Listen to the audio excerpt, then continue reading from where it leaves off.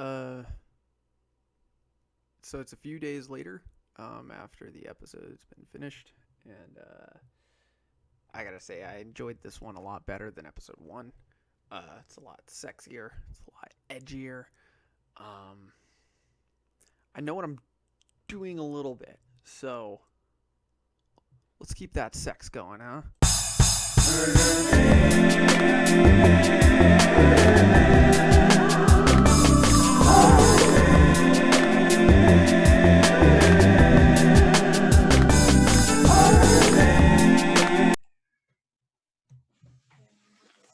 All right. Let's see here. Let's lower that tempo. Let's get these people into the room. We got Jamie Cua-Stridiron joining us. We got Grill Daddy D or Elijah. Hey, Jamie. Hey, Elijah. We've got Ben Price joining us right now. And Craig Sanders and Amanda Barboza are going to be joining in as well. I'm just going to be waiting on one more friend. So why don't we work our best on getting this murder van ready to go? What do you guys say? Yeah. Let's do it.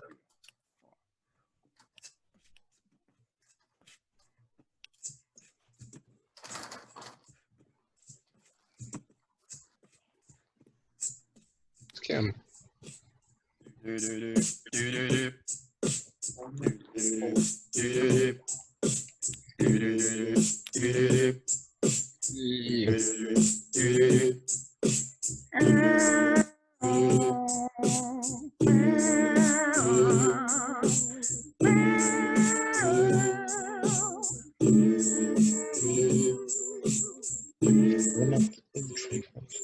Yo, you ever pulled out your butt, your nut?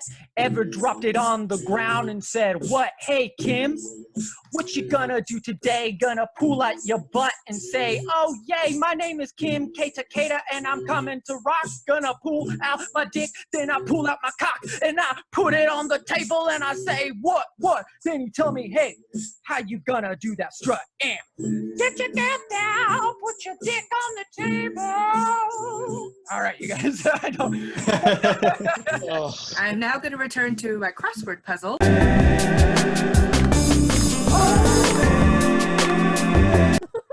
Yeah.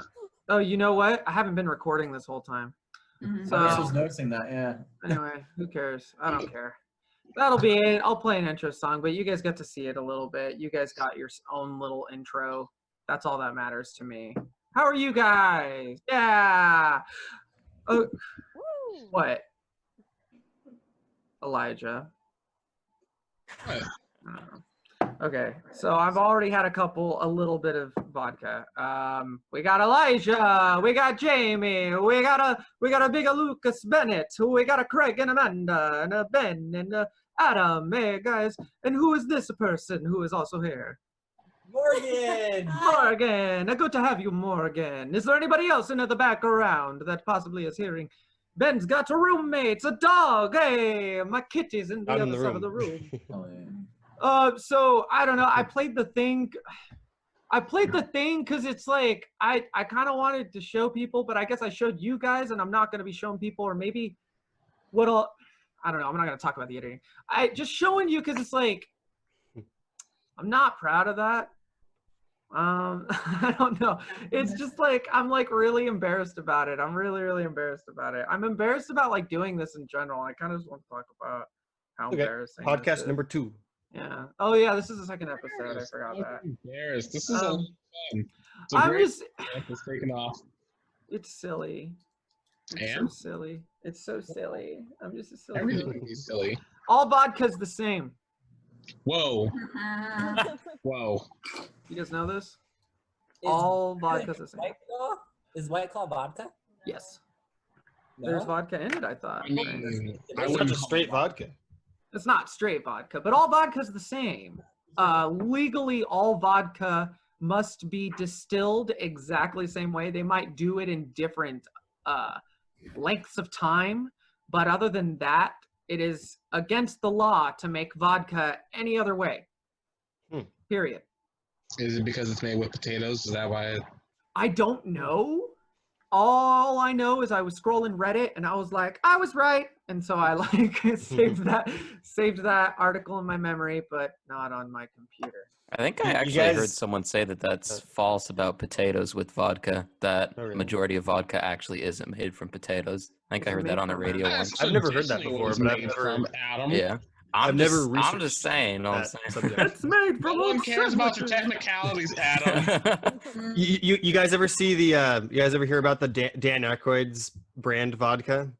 The Yeah, the Crystal Skull vodka. really stupid. It's From Ghostbusters to Ganked in it. there's like a 30-minute infomercial on the internet of Mhm. just Dan Aykroyd talking about aliens and his and his vodka brand. It's really weird. He's Did basically he- insane at this point. Well, he admitted back in the day to having a disability like Asperger's autism, and then, just a lot of those things will compound over time. But I think there was also his drug use back in the Blues Brothers days and stuff like that. Mhm. Bucket loads of heroin and cocaine or whatever. Like, those guys partied hard. That and mixed with old age, I guess, will get Isn't- to you. and that's a pattern, right? That I've seen with a lot of Mhm. people. I'm sure y'all know at least one person who you talk to them and they're like, well, like in Like, eccentric as Bakersfield, fuck. it's really common to find born again Christians who are like, go with God, you're a piece of shit. But like, they used to do meth in their front lawn. It's a really normal phenomenon in Bakersfield, and it's not abnormal in any way, shape, or form. But all vodka's the same. That's just thought everybody should know. You're wrong if you think you want to argue with me. I'm not gonna argue with that. My podcast. I don't argue. Did you guys hear about the N-word?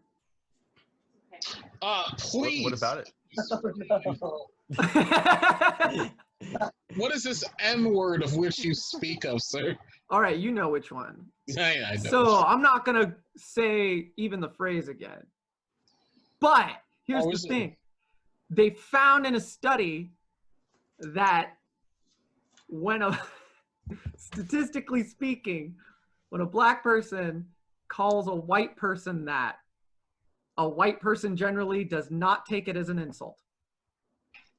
I wonder why. I wonder why, but it's like, really, it's just a weird statistic to have on your plate there, isn't it? Like, That who went and researched that? Like, two Yeah. white- some dude went Yeah, out of that's- his way to research it because he was trying to find the effect that words have on people.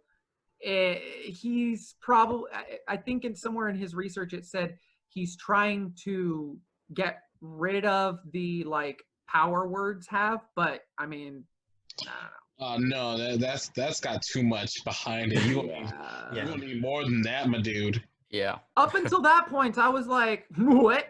So that's that. But that means that there are people out there, and I'm not gonna do a voice because that would be offensive. Oh. I'm not gonna say the word. Karen. So just yeah, I know, right? I'm not gonna be a Karen. So just bear with me, okay? Because I gotta workshop this material. But that means that there are scenarios where, maybe not to such an extent, but it goes like, "Hey man, you step off."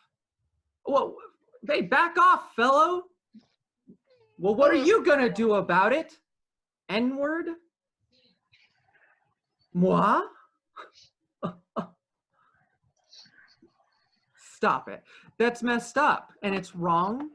And I just think that, fuck you guys. We need to put you in like a textbook, a psychology textbook. I am in a psychology textbook. It's called Go Dog Go. Oh gosh. No. Red dog and blue dog. So speaking of race, we're gonna talk about these people again. All right. I wanna Oh. bring up a person, yeah. Mr. Nuka Zeus, ladies and gentlemen. Nuka Oh. Zeus. Man uses 10 injections to change his race. Huh. He is a horrible, horrible, vile human being in so many ways. I'm gonna Just get rid of his pedestal. Nuka Zeus is his internet moniker. Nuka Zeus. So this guy's racist. Yeah. I don't know if you guys could tell. He is. There's this weird thing going on, right? Where, and I don't want to get into it too much because it could go so many different directions, and I just want us to be really, really sensitive with it. But the fact of the matter is that, like, there are too many people that seem to think that this kind of stuff is okay for some reason. I don't know how else to explain it other than that. It's just, they're bringing up a really weird subject matter that shouldn't be an issue, I think, right? But I feel like some people are going, there's two different routes you could go, right? You could say this is a social, like, kind of racist thing, and then this is like a psychosocial racist thing, it seems like. I don't know. Just like, so he's getting melanin injections. He's getting that on a regular basis, but the crazy thing is, this is where it starts to get weird. He's getting melanin injections, and then he's calling out people who are getting melanin injections, saying they're being racist. What? Yeah. So he's playing the insanity card. Yeah. The thing is it's like, you could say that, but the way he's presenting it is not healthy. I don't know, none of it's healthy ever. But it's like, I don't know, Elijah, tell me. No, I mean, like, the whole problem with this dude, like, I was talking about this earlier today. I was like gonna bring up a whole other subject after this, and was told, like, no, people from certain demographics need to be in your group. And I'm like, what? So it's okay to talk about this other subject because Elijah's in the room? I pretty much got, like, it kind of is, as long as Elijah gets to talk about it at some point, or if he wants to. I mean, I'm not telling you to. Here's the fucking thing. No. Nobody's a prop. Nobody's a prop. And, like, I don't want it. No, that's does not matter or anything. I just don't have much to say about him because I don't respond to crazy. Why would I waste my time with something like that? I got harder battles to deal with being black every day. I got harder stuff to deal with out there than deal with people like that who are too either wrapped up in their own heads somehow to think that they can just do what they want and not feel the social. Honestly, I just don't know how to put it. That I don't want to say call. I don't want to call people crazy. It's insensitive to what maybe he could possibly be going through. That something happened to him where he feels like his own race doesn't feel comfortable in his own skin. And is he dealing with this in an unhealthy manner by trying to be another culture because he hates his own? Or he's making death threats, like saying, like, I want to shoot up places with white people, I want to kill white people. He's using the N-word in excess. He's really it. And the thing is I'm like, the problem too is, it almost seems like these people believe, as long as I state at the end of the day that I am pro race, whatever race in the parentheses, that makes it okay. The other person who has done this is Rachel Dolezal. She I remember that. is her own story, though. This is it's crazy. It's so crazy. She was in a whole documentary about her, and the thing in the documentary that's really crazy is most of the people she's living with and spending time with are black, and they're in a way perpetuating a lot of the behavior. And she was one of the leaders of a chapter of the NAACP, and that's how she got caught. And at the end of the day, she did admit she is not Black and what she's doing is wrong and all those things. But up until getting to that point, took multiple interviews, and every time being interviewed, she would freeze up and not say anything. So here's the kicker, is she was appropriating the oppression, and he is as well, but it's this weird way they're going about it that I'm not saying justifies it, but it separates it almost into these two different categories. I don't know. What were you going to say, Elijah? I want to hear somebody else. Oh, there's always going to be two different categories. You're always going to have Malcolm, and you're always going to have Martin. I'm not saying he's on Malcolm because Malcolm. Yeah. I don't like. It's not even. Yeah, it's not even like that. It's a divisive topic, but he's what he's inciting is a race war. What he's describing, that's incitement. I don't preach violence of any kind. No friends that I know do either. So especially since he's pretending to be Black, and then perpetuating this hate, These stereotypes, and just that anger, misplaced anger. Whatever he's doing, it's not our anger; it's his own. Mm-hmm. At the end of the day, it's his anger and his personal issues. It's his own personal issues. Well, it's also a matter of how they're dealing with these things, and like, it's. What can we do? Lock them up? We can't lock people up. Yeah, that's what I was gonna say. Is like with her, we're all going, that's wrong, but. I'm sorry, what is her deal? She's a white lady? She is a white lady. She's a white woman that pretends to be Black, and I mean, she for has like gotten a tan. years. Yeah, her hair changed. She used to be a bleached white blonde, and it's interesting because it's like I'm not taking a stance, but like you guys should watch this documentary about her. I think if you just search Rachel Dolezal on Netflix, it should come up. There's like 2 documentaries I want to talk about today. This documentary, you go in and essentially, right, everybody's stance should be, this is wrong and I'm against it. Obviously, like that is where it is. But somehow in the documentary, and this is not their goal for you to take the stance, but it seems like it's pushing towards this little point where you're also just feeling bad for her, just a little bit. Because it's like... I felt bad for her. Yeah. Honestly. Like I said, there's something wrong. Yeah, there's something. She has something wrong with her emotionally, spiritually, whatever that is affecting her outlook on her own life, that she had to change it. Now, the only saving grace is that she was effectively trying, I guess, to be positive in the community. I mean, it's like she hasn't hurt anybody, and it's like you don't want to say it, but technically she has helped in some way, probably.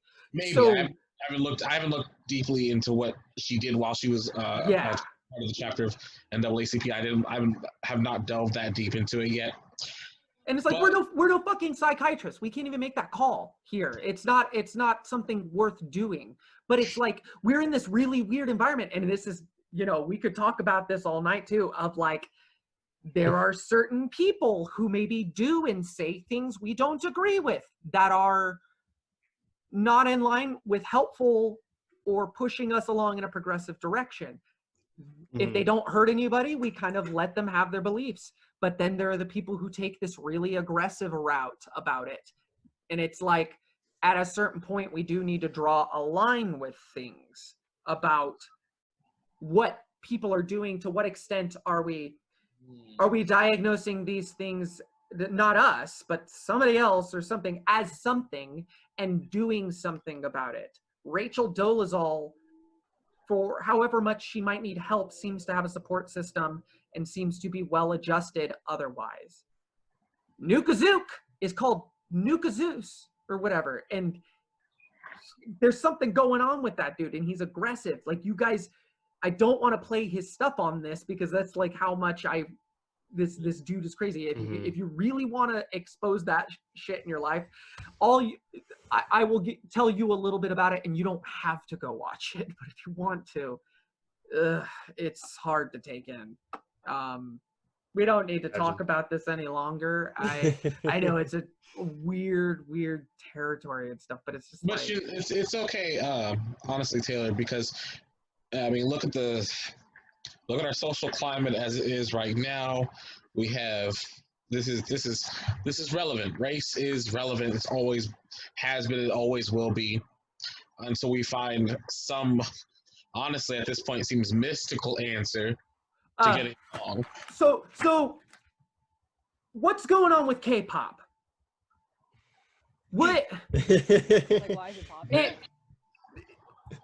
I like that transition. This stuff is a problem, but the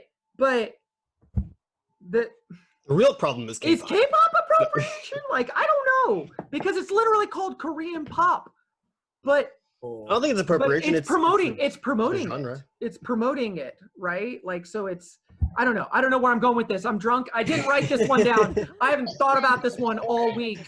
I don't like K-pop. And I don't like K-pop. It doesn't appeal to me.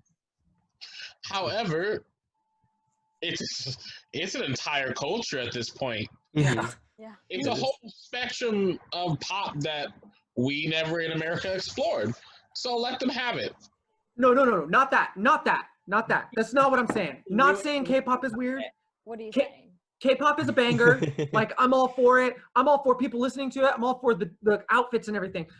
I'm just curious, like, I'm just curious. I'm not saying there's anything wrong. This isn't my opinion. I'm not saying, but is there a correlation? Like, is there a like, you know, you dress up in the little outfits and do the dances. Is that appropriation? Like, if you talk in the voice and you do this and you, like, I get people who aren't actually Korean. Yeah.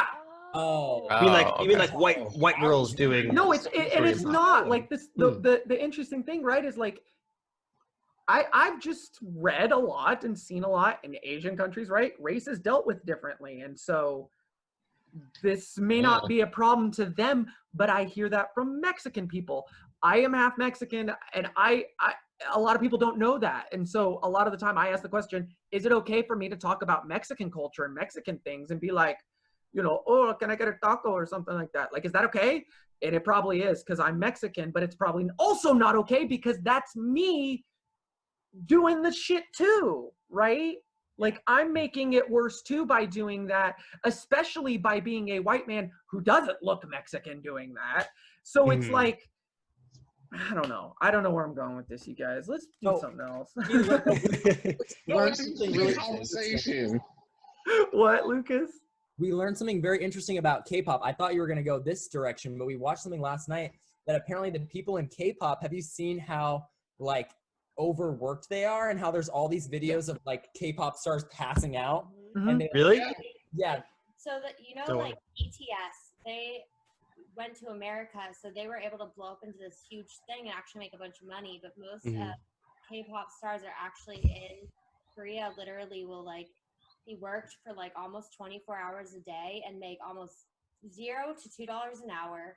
Half growing up, and then but after they reach a certain age, they're not able to do that anymore. Because you sign like a 10 to 15-year contract, and once that contract's done, you go to the military. You do the military for a couple of years because it's legally you have to, and then you're fucked. You're left with nothing. And when you're in that contract, you don't get to have a relationship. You don't get to eat certain things. You have to do plastic surgery to look a certain way. Like, your life is so controlled. And then once it's done, it's like you have nothing left. Jeez. So, Oh wow. the question is, I did would not know you that. do that? Listen. Would you sign a contract for fame, get all the publicity, but know that you have no control over your romantic life, your aesthetic, your finances for 10 years of your life? Yes. Listen, music's like Dancing with the Devil. Anything. What was that, Elijah? I said, music is like dancing with the devil. Honestly, Yeah, the disco devil. people ruin their own lives as celebrities every day. So that there's musicians who've died penniless, famous musicians who've died penniless. Ariana Grande.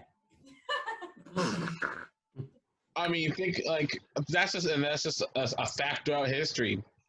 Picasso, that dude died. Yeah. Well, if you're talking about like Allan Poe. artists, Artists in they general. were. Artists in I think general music. every. Yeah. What are you willing to devote your life and know at the end you could possibly be left with nothing? I I've am. made that choice a lot. So what's wrong with making it a 10 to 15-year I mean- contract? Yeah. I mean, the thing that you got to think about here is, you're saying left with nothing. What you mean is nothing monetarily. I mean, you could Monetarily. argue it from the philosophical point that, sure, You live a life though. yeah, you don't have a lot of money, but was your life well lived? It's Yeah. subjective. Was it worth it? Yeah. Was it worth it? That's the answer. I mean, that's the question. Is it worth it? I mean, if you were a K-pop star and you became super famous, what's stopping them from having a career after their original contracts are up Mm-hmm. if they're already famous? Well, because the companies probably kind of control the airwaves, I would think, to an extent, and Could control somebody advertising and all write that. American K-pop? It's A-pop, yeah. No, it's called pop. What about a European interpretation of Korean pop? Little Mix. American Korean pop. E-pop. No, European- no. Euro E pop. interpretation of AK pop. Oh, we do K-pops over here in America. Okay, so what if Too many steps. No, it's just guns. what if Let's say K-pop. Lionel Richie rose from the dead, Lionel. went to Europe Still alive, buddy. to sing in Japanese Still an alive. American version of a K-pop song without his pants on. That's confusing. Jerking off into a cup. All right, let's keep going, you guys. We're gonna talk about a movie. Yeah. Okay, so I want you guys to do some homework. Well, you don't have to. I don't know. What's the movie? The movie is called that Transformer. It's about how Transformers. this individual Woo! decided those to become cars. this individual, and Nothing her different. journey. Transformer. I'm not gonna go into it because I realize that as being a discussion about a trans issue, we might want to discuss it with people part of the issue. So we don't have that. Yeah, let's put that one. Put a pin in that one. Flowing through my blood veins. Okay. But it's where it's a good movie and it's really happy. Oh my gosh, she's so cool. Like it's about American Hero? no, it's called Transformer. I Is it can't on remember her name. Netflix? It's on Netflix, and she was a bodybuilder, you saw the picture. She's a bodybuilder, and I mean, still looks like it. she still is. Yeah. And Wolf. part of the story is about her wanting to make her transition, and at the same time, she does not want to stop being swole and lifting weights. And it's this really interesting tale about not just there's no reconciliation from the beginning of like having to grapple. She knows who she is at the top of the movie, but the grappling for her is, do I still want to keep lifting weights? That's like what the biggest part of it is about. And I'm not gonna say anything else, but just like the people she meets and the decisions she makes, it brings up really, really valid points, but I think it, for me, for somebody who has taken, I mean, I don't know if I've told too many people about this before, but like, I'm not well educated. And I am trying to educate myself more over the years, and I've always felt myself an accepting and open person, but without the right way of having these things explained and the right people doing it and asking the right questions over a long period of time, and the huge desire to want to change myself is what helped me understand it, everything better at the end of the day. But it's still like, I don't know where I'm going with this. Are you saying you want to be swole? I do. No, I'm saying like, it's I want to talk about the movie, but I don't know if it's my place to talk about the movie.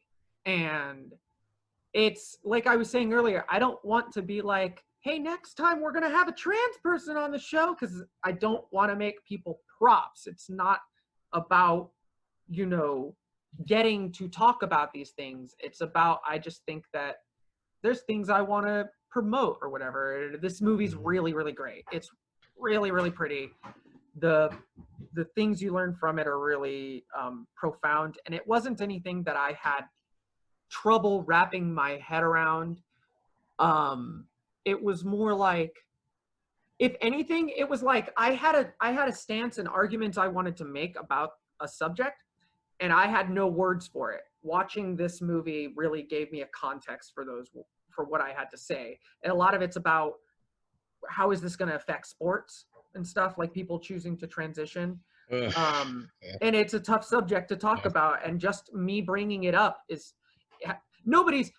Jamie is our biggest fan right now, and so is my buddy Brendan in Hawaii, and they're fantastic, and I really appreciate it. But it's also like I'm kind of like, nobody's gonna, you know, if they shit on me, like they're shitting on a piece of shit, you know. I'm good. Well, what do we think about sports in general? Should sports have that gender divide? That's what I've been saying. Let's talk about that then.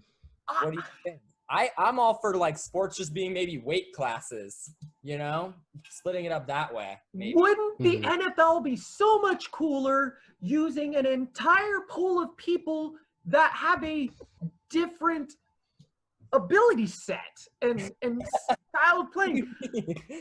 Like, okay, it's like this. I was just looking it up today.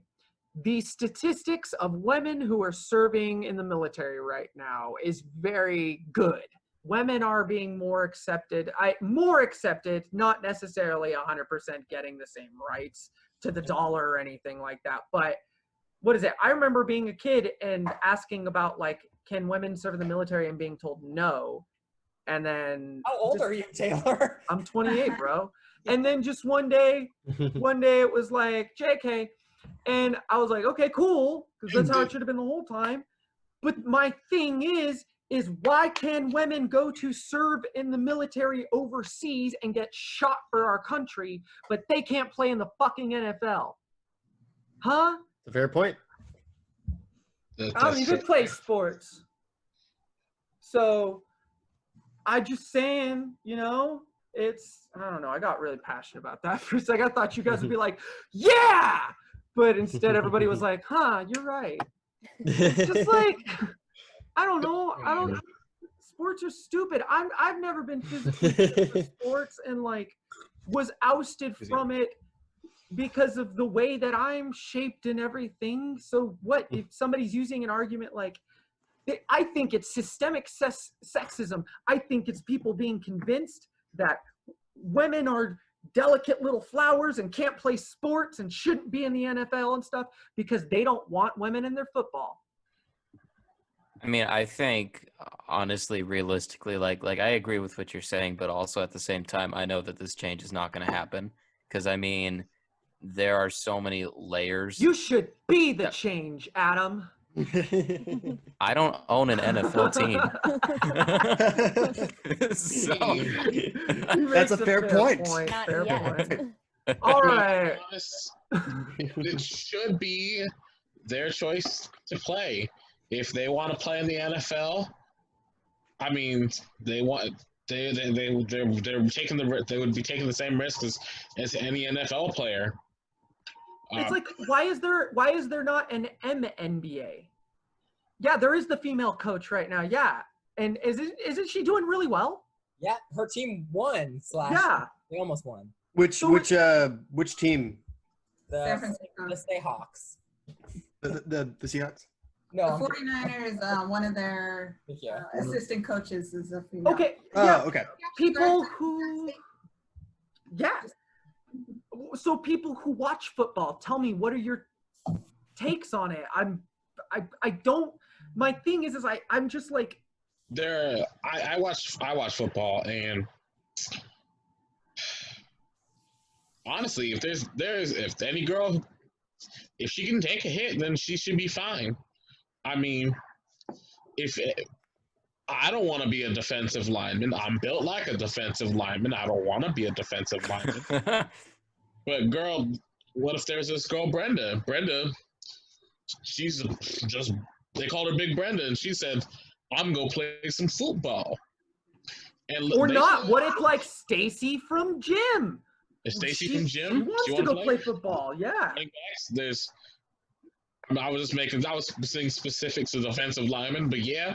She gets paralyzed. That is her right as a woman. That's what I'm saying. Like, and the inverse. Why is that a pressure put on boys too, to have to be in sports and to have to be that way to be in sports?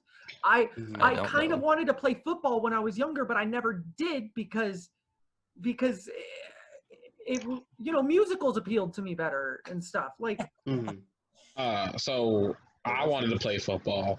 My mom didn't let me play football, even though every year my the football coach at high school would wait for me. He'd like, this year, and I'd be like, no, because my mom, she's like, she told me I was smart, and I was just like, you're not gonna go get hit in the head and lose all that. And I was like, but I still played a lot of sports. I played soccer for like 6 years, baseball for a couple, basketball for a season, and then in high school, my senior year, I did rugby. Rugby was tough, but there are female rugby teams, and those girls play, if not harder than the men. Yeah. If you want to talk about women being strong and keeping up with men and going beyond us, honestly, watch female rugby. Yeah, rugby's freaking brutal. Yeah, honestly. If they can do that, they can obviously play football. Yeah. But football's a culture at this point. Yeah. I mean, people been put in the hospital, unfortunately, for rivalries that they're not even players from the fans. And I think it would be dealing with those people. It would be the hardest thing, and it wouldn't happen most likely in our lifetime. It would probably take. Hope there might be change in the future. I played football. I only played football once. I played football once I played 1 year when I was 8 years old, and I was a wide receiver. Oh no! We were, as a team, we were not good. I think we won maybe one game. Nice. Played flag football. That one that matters. I hate flag football. I went to one single thing. I'll tell you this, and then we'll take a break. We'll take a 5 or something. You guys can get drinks and pee. No, Lucas. No. Okay. I want to adopt You go. and make her play football. What is this, The Blind Side? Yeah. Gender divide side. I think I can. The nearsighted side. We're about to get cut out. Yeah, we are. Don't worry. Got a minute. So, when I was 12, 10, I had just moved to Bakersfield. and I didn't know anybody, so I was like, I'll join the flag football team. And my family was like, do you know anything about football? And I said, no, but I'll learn. And I quit after the first day because I kept doing things that broke the rules. And I didn't know how to play the game, and everybody kept booing me and like making fun of me. And I ended up rushing at the kids and embarrassing myself. Everybody heard about it. So I hate sports. All right, I'll see you guys in 5 minutes. Bye.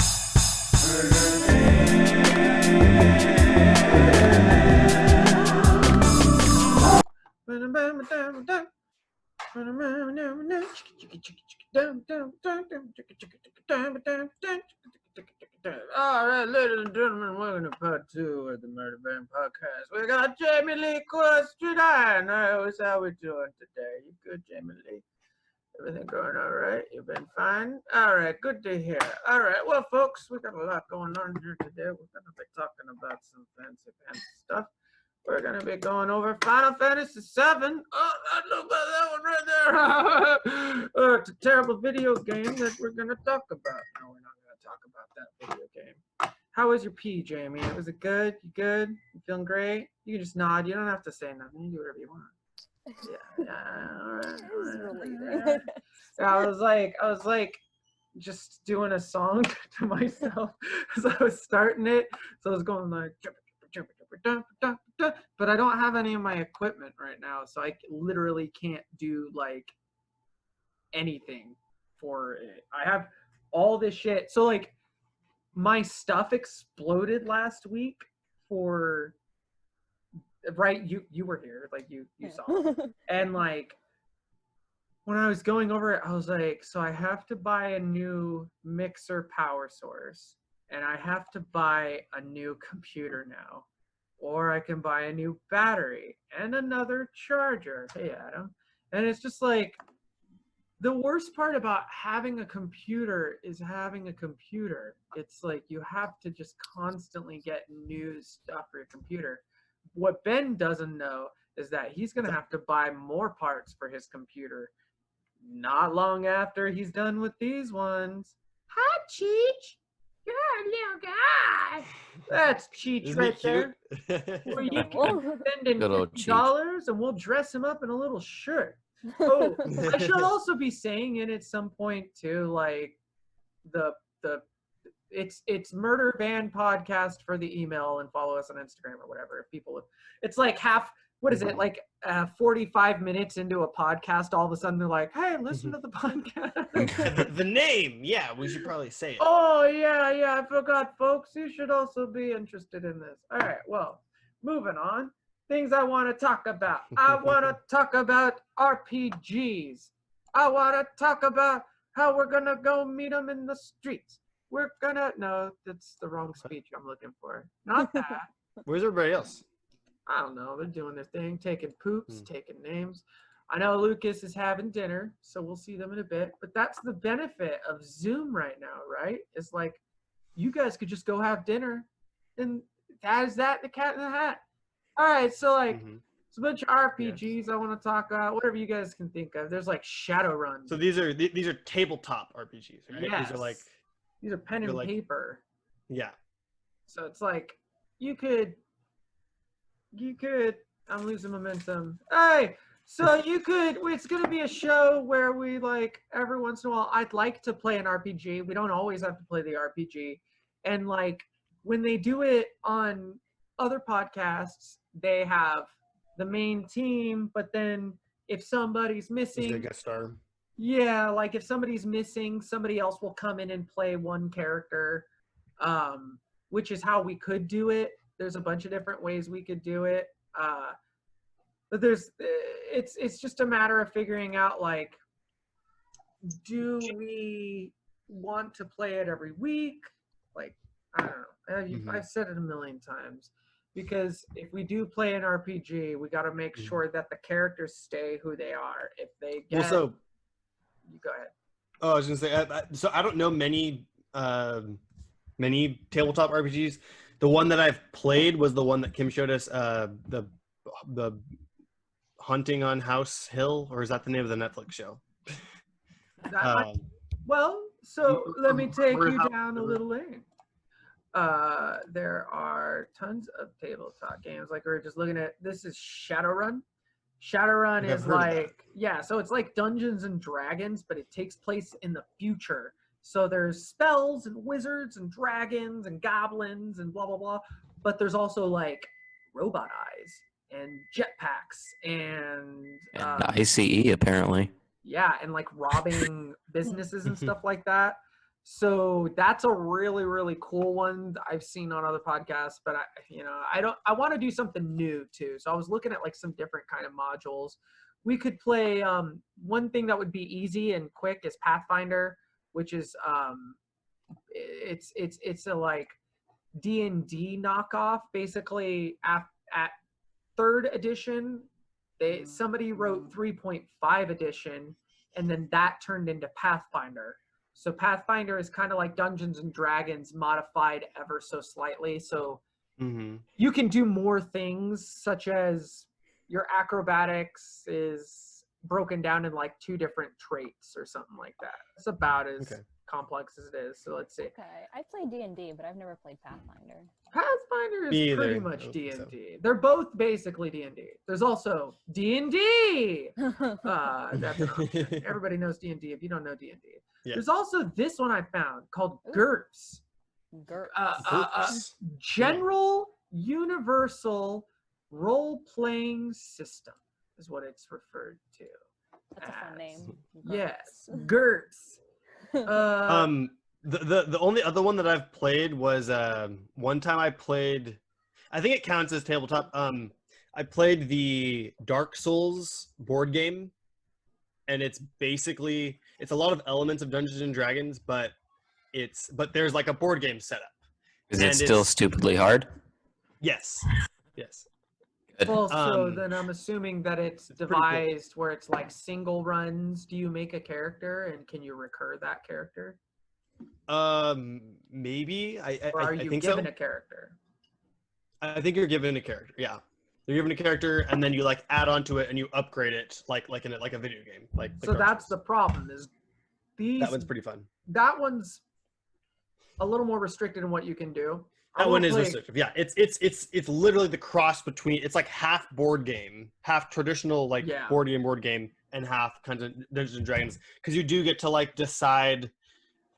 You get to like equip different like weapons and spells, and you get to use them. So it's more restrictive, but it still has that freedom of like, oh, I run around the enemy, and then I stab him in the back, and then I do this. It's still D&D-ish. Well, to get you guys that caught one's up, pretty fun. We're just talking about role-playing systems that we could use possibly for a game during the podcast, maybe in like the last 40 minutes. I don't know. But basically, there's a couple different styles we could use. There's Shadowrun, which is like a sci-fi fantasy mix-up. There's Pathfinder, which is kind of like traditional Dungeons and Dragons, but a little more complex. There's Dungeons and Dragons. And GURPS is what I just showed everybody, which is basically a role-playing system that says, look, we know you want to play D&D, but in space, and you're all dinosaurs. With the GURPS system, you can do that. So the GURPS system is about being able to devise any kind of role-playing system. But let's face it, you could basically do Dungeons and Dragons in space if you wanted to. It's just a matter of how good a DM you have. And luckily, you guys got the best DM in all the planets. All right, Ben. All right. It's not Ben. Who's that? It's not Ben. Adam. It's not Adam. He can't read. All right, Jamie. That's awesome. Bucky Craig. So Craig's not going to be playing every week. Here I was, ready to extend an olive branch. Oh, look at that puppy. Isn't he cute? He does not want to be here. Look at he's just like he looks stoned. Like, I'm gonna get I was gonna say he literally looks like Cheech. Right? That's where they got perfect name from. for him. So yeah, for the podcast, So me and my roommates got a dog on 420. This dog, to be specific. And Stop. Spay and I thought it neuter. would be. Yeah, I thought it'd be fitting to name him after like a stoner. I was like, what about Cheech and Chong? I was like, I think he looks like a Cheech. So He definitely does. He looks like he needs a little jacket. A little hat. Aw. He's so fucking tired, dude. He can't be sitting there. He always looks tired. Literally, he always looks stoned. So just so everybody knows, okay, for anybody listening, never give marijuana to your dog. Don't do it. Dogs can't metabolize marijuana the same way we can. Story time. So when I was a boy traveling, okay, when I was younger, I made some cookies, and they had some stuff in them. They were peanut butter, so no chocolate or nothing. That does look good. And I went to work, and what happened? Kid going to work. I went somewhere. You went somewhere. I had to like go do something, and then I go back in the house, and what do I find? I'm like, I'm gonna go have a cookie. I go find my cookies. The bag is torn open, and every single cookie is gone. Maybe about 6 or 7. I don't know. It's not good. Long story short, everything was fine, but it's just like, it's not good. And like the Wait, thing. so your dog ate all the them, cookies? yes. Ate all the special cookies and got like super stoned? And like, wow. Oh, they're weed cookies. Sometimes you think it's weed like, cookies. you think it's like, you know what, I'm probably going to edit all this out. It's like, I'm thinking about it. This is not a good story. I'll tell you guys, I'm going to think about this long and hard. It's not good. And, you know, there have been lots of reports of like dogs dying from it, and they don't know what's going on. Like, animals don't get it. And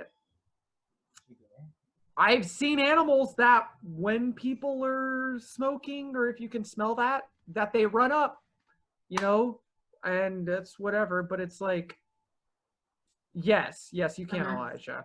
It's just that they don't deal with it the same way. I'm not going to go into this further. It's just making me look bad. I have an interesting point about that. I've been learning about some negative effects of weed, and it's mainly from the smoking of it. It still is bad for you, can put tar in your throat. And so I was like, well, what's the problem with edibles? And the only thing that doctors are saying are bad with edibles is your pets could eat them. Mm-hmm. It's like the one bad thing about That's edibles. not a real problem if you don't have pets. Yeah, exactly. There's literally no downside to it then. Yeah, and it's just the same way that you wouldn't just randomly give it to your friend, you know, who doesn't know that they're taking it. Don't give it to a pet that doesn't know that they're taking it. That's like all kinds of fucked up at that point. Just, whenever I get stoned with my cat, I sit him down and say, "This is marijuana." That's how it works, man. My dog's not that He smart. fully knows what he's doing. I'm joking, of course. So what role-playing game do you guys want to play? We'll edit that out later. Oh, there's one more interesting thing about weed. You got tell me if this is interesting. So I learned that certain animals are affected by weed more than others. So what do you think? Do you think that herbivores, animals that eat plants, are more affected by weed, or carnivores, animals that, you know, eat other animals? Carnivores. Probably That's carnivores. an interesting question. I would say, I mean, you would say that an herbivore could probably metabolize it better, right? And that the carnivore, it's going to affect them more because it's not part of their system. But you could also say that the intent of the plant's effect on you in the first place is a poison effect. So it should affect something like an herbivore more because they would ingest it before a meat eater, right? Okay. No, hold on, wait. Wouldn't the herbivores I don't be know. better suited to eating it in the first place. If it's a poison effect, it wouldn't affect them. Yeah. Because they're a plant eating, race or whatever. race. Whoa! Bringing race into veganism. Trying to make everything a race thing. How could you bring up race at this stage? I didn't mean. Oh my God. I mean like that, y'all. I'm just saying. I'm just saying, I don't like it when people come up in there and they're saying all those kind of racial things. They're not good for people. It's not good for society. I just want to tell you right now. So any other people want to put in wagers, or should I reveal the answer? Reveal. $4 on herbivores. So you were right with your first statement. Herbivores, they can metabolize the toxin THC.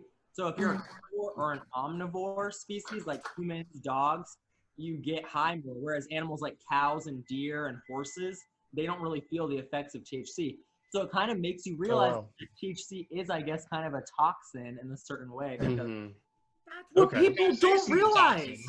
This stuff is a good, there's a lot of things out there that are really good medicine. And you know what? If you've done it, great for you. But the fact of the matter does come down to is that there's a difference between medicine and poison, and all it is the fucking dose. So it's like, just because the poison is a different kind of poison doesn't mean that it doesn't have an effect on you, and doesn't mean that it doesn't change your brain chemistry at the end of the day. I have this really crazy belief that it's like the intent of these things is to try and make you feel like shit, so you want to hurt yourself, or so something happens, you act stupid, and so you go do something stupid and get hurt. It's like people don't think about it. This is why I hate all of the weed culture stuff. Nobody needs lights blaring everywhere. Nobody needs all these things. You're just making the shit worse. Focus on it. Like, be an adult. Be an adult. Pull your pants up. Wear a belt. Talk with syntax and diction. It's fucking ridiculous that I go in there and they're like, the pharmacist will see you, and it's a dude playing Snoop Dogg in the back. That's fine, but don't call him a pharmacist. Whoa. Whoa. No, I'm not gonna sit here and let you disrespect Uncle Snoop like that. You just shut your mouth. Are you a dentist? Dr. Snoop.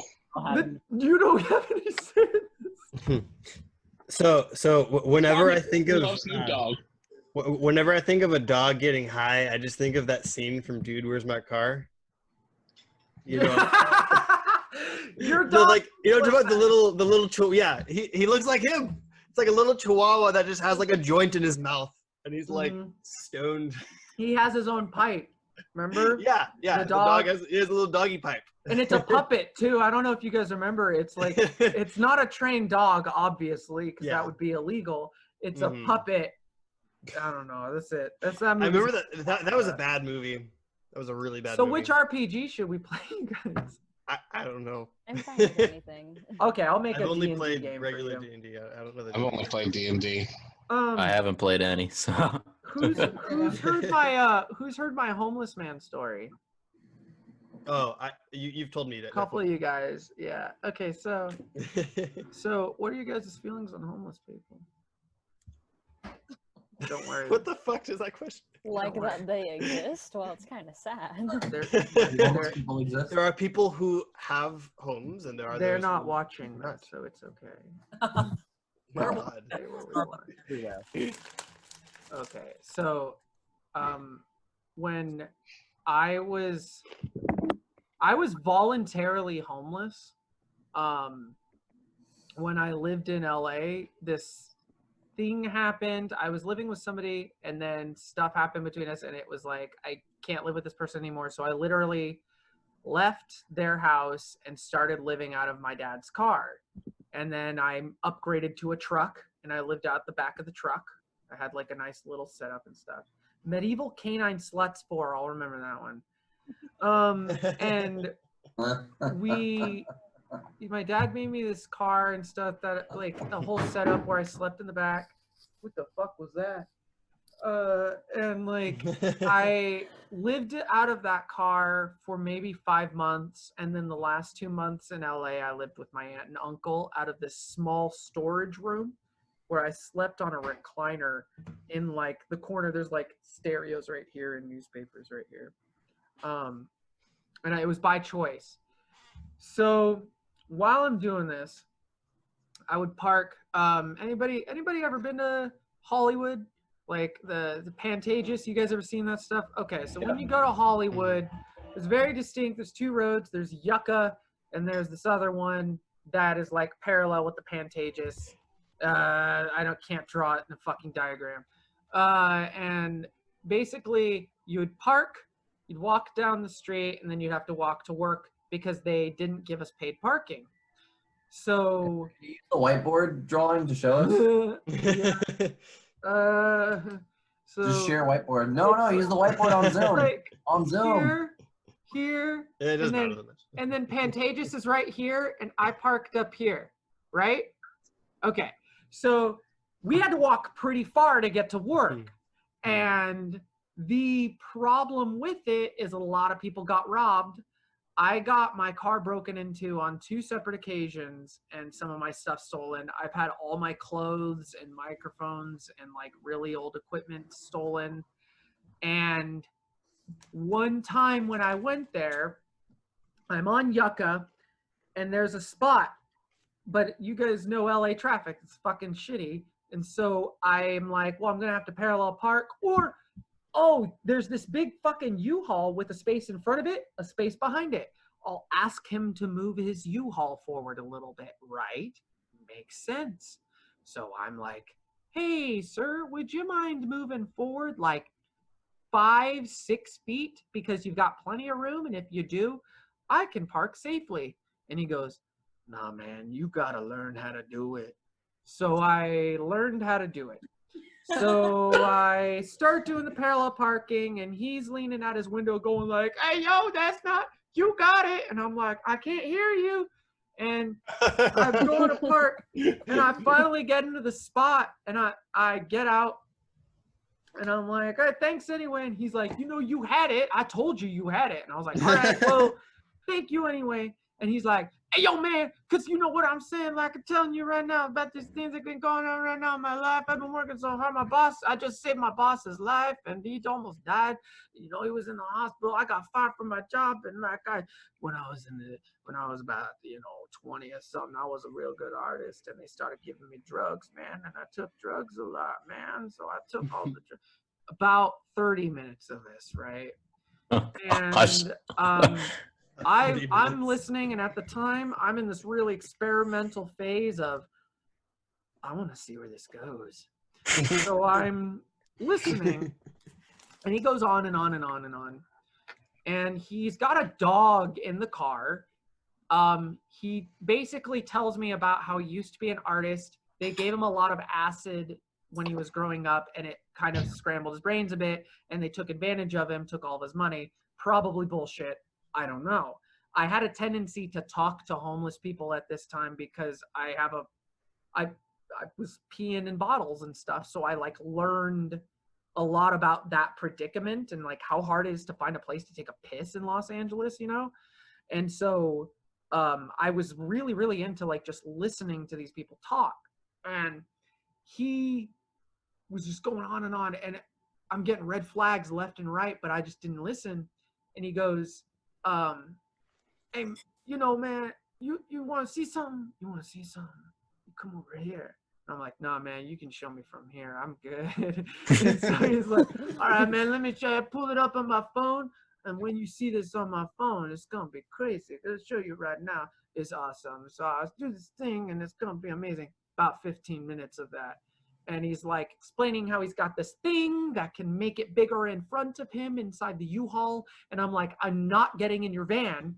And he pulls up this thing, and he shows me the video, and he's like, look at this, man. And he puts it in his hat, and he's like, you can't really see with the sunlight. Put your face in my hat. And I'm like, and you can show me right here. And so I watched the video, and real quick, this isn't to disparage homeless people. I met plenty of wonderful homeless people. This man had a mental illness. There was something going on, just so everybody's aware. I admit it. This is not to make fun of him. This is 100% verbatim what happened. So he goes on and on and on and on about this thing in the video, and he's like, you can't really see it. I start watching the video, and it's just he's standing in the middle of a blacktop on a basketball court going, oh, can you see it? Oh, and I was like, no. So he goes, well, let me show you another video. Wait till you see it, man. When I show you this video, it's another 15 minutes. And he keeps going on. Finally pulls out the video. And it's really obvious, first off, he's in his truck and it's the dead of night. And the first thing he says in the video is, as you can see, it is nighttime. And he's like talking, he's showing the video, and I'm like, I don't see anything. And he goes, that's crazy, man, because when you see it, it's gonna be crazy, man. When I show another 15 minutes, I'm not joking. Every single time he did that, it was like the same script and another 15 minutes. And then he finally gets to it. And this time was it's him, it's looking straight up directly at a street lamp, and he's going, whoa, whoa, and I'm like, I'm sorry. He goes, you see that, man? You see it? And I'm like, I don't. I'm sorry. I really don't. I don't see it. I don't know what to tell you. And he goes, you can't see that, man? I'm making the lights brighter with my mind. And I'm like, I gotta get the fuck out of here at this point. And he goes, that's so crazy. Because I can see it. And the dog can see it. And every cat I ever talk to can see it. So why can't you see it? And I'm like, well, I gotta go run some errands before work. So I'll see you later, man. And I start walking away and I hear, hey! And turn around and look at him and he goes, I'll find you. And that was it. I had to go to work. And I came back to the car, and his truck was still there. But it was like, fine. The dog's like barking at me, and I'm like, fuck. Like, walk as fast as you can to the car. That's what living in LA on the streets is like, yo. Like, it was crazy. I saw some crazy fucking shit. There was this one time, you guys, I almost got human trafficked. Like, I'm not joking about this. I was walking down the street for fun to go see the Comedy Store before work. And I'm going back to work, and this guy pulls over, and he might have been French. He might have been some sort of Eastern-y European. I won't do a voice. And he pulls his truck over, and he's talking to me, and he's like, look, hey, buddy, can I talk to you? And I'm like, I'm going to work, sorry. And, you know, the old brain's going, fucking walk, but my body's going, this is a good joke. It wasn't. And so I stayed, and I was like, what's up? What's going on? And he's like, look, the Giorgio Armani show just happened, and I have these suits in the back seat. They're genuine Giorgio Armani. And if you take them to the store, they will pay you $5,000 cash, but I need $500 right now to go to France to bring gifts to my children on the air. Yeah, Amanda's like, I fucking know what you're talking about. I think I got that email, but right? No. And he was like, I'm an African prince. So I was like, that's interesting, but no. And he goes, just get in the back of the car and I'm like, no. And then he's like, how about this? You drive and I'll sit in the passenger seat. And that's when I immediately thought, this happened in Taken. So I did not get in his car. And he is going on and on about, like, my children, please, just $500. You guys, I didn't have $500. I didn't have $300. There was a reason I was living out of my car rent-free. And he goes on, and finally I try to use logic, and I just go, look, you have to understand, okay?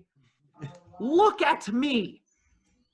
I will be abused eventually or something to that effect. And I was like, yeah, you have to understand why this must look weird, right?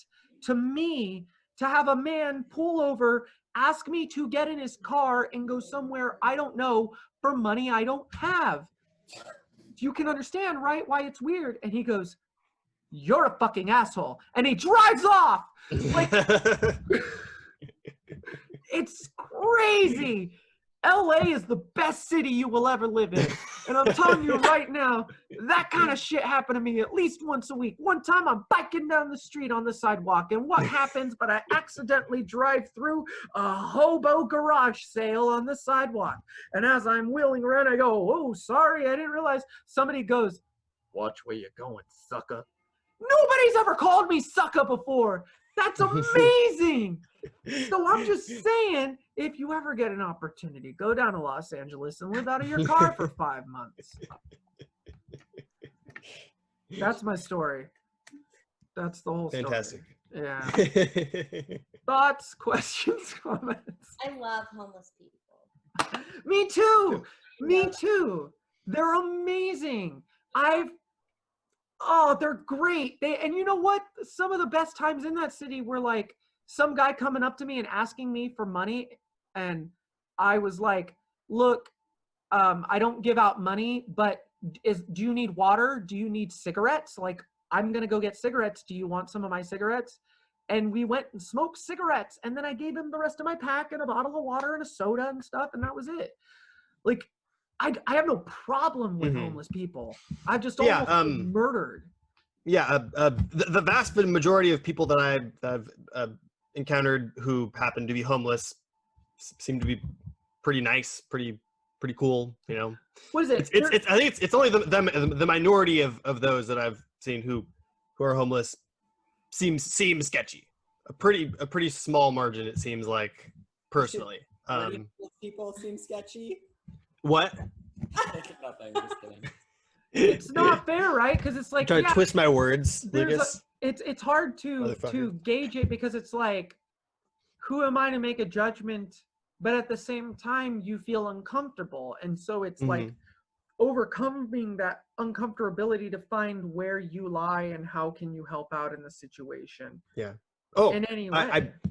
Can I share a story? No. Yeah. It's kind of a short story, but sorry. Were you? Sorry. No.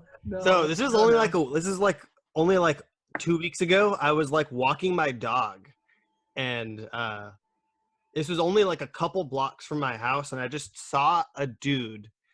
I assumed that he lived there, but he probably didn't. Now that I think about it, this dude was clearly on like bath salts or meth or something. He was like, I think he was holding like a bat or just like a plank of wood, and he was just like bashing the car in the driveway very angrily. He was like, ah, like freaking like screaming and bashing it. And I was walking my dog like on the other side of the street. I was just like, But it's like, that's the crazy thing, right? Is that's how like there's sketchy people everywhere. That's how people build up racist ideals or something like that, or any kind of ideal about an opinion about a group of people. Is they take one experience with an individual and they marginalize it into an entire group of people and make that the basis for their feelings. What is it? You have a bunch of Vietnam vets come to America and all of a sudden have a problem with Asian people just in general, like because of the situation they were put in and stuff. Like, you don't know where people have been to and everything to end up in their place. I'm really drunk, so this is all mixing together. But it's like, why was he on those bath salts? You know, that dude could have been a doctor, but that dude could also been eating poop in the morning. You don't know. And like, that's okay. That's okay. No, I'm not. No. It's like some people eat poop. That's what I'm saying. You don't have to be homeless to eat poop. Some people are eating poop and they go do their fucking job. They have a business, but they eat shit at the end of the night, and nobody bats an eye. But oh no, you see a homeless person on bath salts and all of a sudden we're all like, they must all do bath salts. That guy's a fucking doctor and he's not eating his poop. You do. What's the name of that? What's the name of the actor? The actress who John Waters was involved with. Divine. That Divine. Yeah, Divine. She ate poop in that one movie. She actually ate poop in the movie. Right Oh, after yeah. shit, yes. Did you watch it, Amanda? Craig is just like, why are you talking about? We watch it every night. I love John Waters. Oh my That's Craig's god. favorite scene. This is why Amanda's my homie. She'll watch doo-doo and not bat an eye. Oh, speaking of bath salts, I knew kids in high school that did bath salts. Same. Actively. Friends of friends of friends. I Tell us that stole a funnel from Target story. Oh yeah. Yeah, Adam. You're a Oh. Adam Okay, well, steals funnels. Did you use the funnel to do? I was not on bath salts at the time when I stole the funnel, just for clarification. At the time, at least. So yes, I was, I don't know, probably like 5, 6 years old, whatever. And I was shopping with my mom in Target. And we like walked past the toy aisle. And I think I saw a Play-Doh set. So I told her, I was like, I want that. You should buy that for me. And she's like, no. So I like pointed at another toy. She's like, no. So I like pointed at like 5 more toys. She's like, yeah, it's still no. I was like, damn it. And so then we just, I think we like went through some sort of auto aisle or whatever, like automotive parts, whatever. And I just grabbed this plastic red funnel for like draining oil or whatever. And I held it behind my back so that she wouldn't see that I took it. Except when we got up to the cash register, I didn't put it on the conveyor belt. I just kept hiding it behind my back.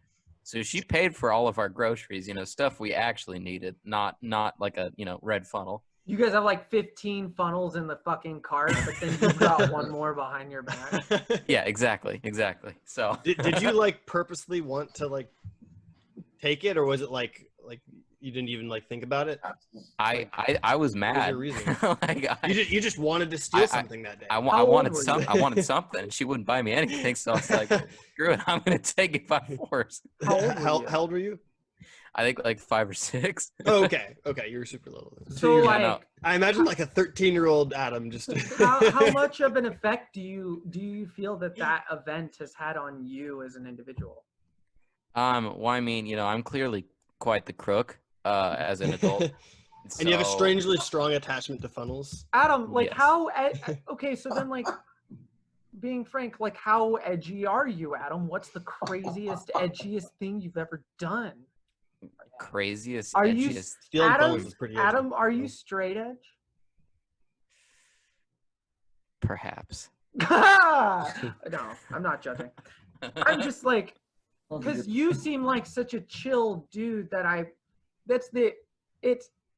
it's crazy, right? Because it seems like to me sometimes the people who are the chillest are also the illest. I mean, I'm not gonna lie, Adam's pretty fun. No. All right. Well, in that vein, we're going to fire Ben. Let's talk about that. So my friend used to tell this joke back in Bakersfield, to give you guys context of what Bakersfield's like, was like he would drive through different cities because he's actually like, he's like doing shit now. I see that motherfucker on the, before the quarantine. I wanted to talk about him. I never talked about him. Oh, there's these 2 comedians I want to talk about. Okay. One of them's Bruce Gray. He's my buddy from like back in the day. He basically like made me get into stand-up because I went and did some audition, or I did some open mics. And then he comes up to me one day and he's like, do you want to come do some of my stand-up shows? And I was like, sure. And then for like 3 years, I performed with this dude. Now he's been on like, he's open for Joe Rogan. He's open for Neil Brennan. It's fucking crazy and surreal. And he used to tell this joke that like he'd drive through all over California and go through different towns and he'd be like, stop drinking, bring families together, and then he goes to Bakersfield, and it's like, don't do meth.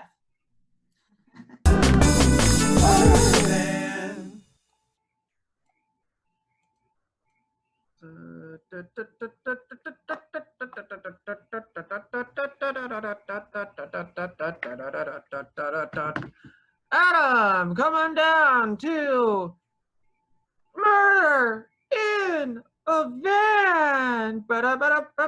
Murder in a Van. Is this van in L.A.? So, ladies and gentlemen, welcome back on Down to the Murder Van. We're going to be down in Los Angeles, where we're going to get a bunch of people into a van and then murder them. I'm your host, Chip Murdering Vanleyton, and Mr. Ben Price, good to have you here today. Hey, I hear your ass is no longer prolapsed. Is that true? No comment. All right, good to hear. Hey, Mr. Adam, good to have you here. Folks, give it up for Adam. He just put his hands out of his pants. All right, good job, Adam. Hey, Craig and Amanda, coming on down. Are you guys doing all right? You've been all right? Yeah, quarantine got you yet? Amanda here is an American hero. That's right. She shot a bunch of people in Afghanistan. So let's give it up for Amanda. You murdered people. You devalued their lives. Oh, it's so great. For America. Hey, Jamie. Jamie. Moving on. So what's going on with everybody right now? We got all our fun things. Hey, so with sometimes when I have my dog, I would drink a lot, and then I would smoke stuff, and then the next morning I'd wake up and my dog would have eyebrows drawn on. What's up with that? But not like normal eyebrows. It was like, say what? So that was. Maybe it's the alcohol, maybe it's Maybelline. Both. I don't know. All right, well, let's play a game. Let's play the game. Yeah, let's play a game. It's called Adam or Elijah. Yeah.